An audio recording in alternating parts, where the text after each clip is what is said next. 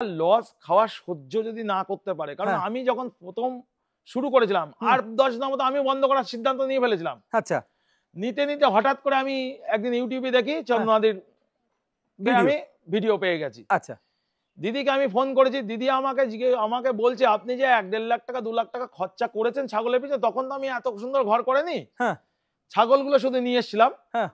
তো আমাকে বলছে যে আপনি যে করছেন, আমার দিদির ওই কথাটা খুব ভালো লেগেছে আমার, যে ছাগল সম্পর্কে আপনি জানেন কিছু না, ওই টাকাগুলো আপনি জলে ফেলেছেন।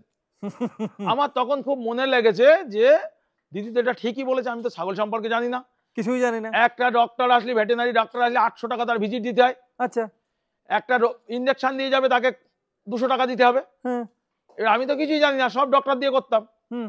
ডক্টর এবার মাসে যদি 4 বার আসে তো লাভের গুড় সব পিঁপড়ে খেয়ে নেবে।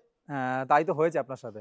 তাই হয়েছে। তারপর দিদির কাছ থেকে দিদি বললো ট্রেনিং নেন, নিয়ে তারপর ছাগল আপনি বাড়ান কি কমাবেন আপনি আপনার ব্যাপার। মানে ট্রেনিংটা নেওয়ার পরে আপনি এমনি নিজেই ডিসিশন নিতে পারবেন। একদম, ট্রেনিংটা পারবো কিনা, ট্রেনিংটা নিয়ে আমি নিজে ডিসিশন নিতে পারবো।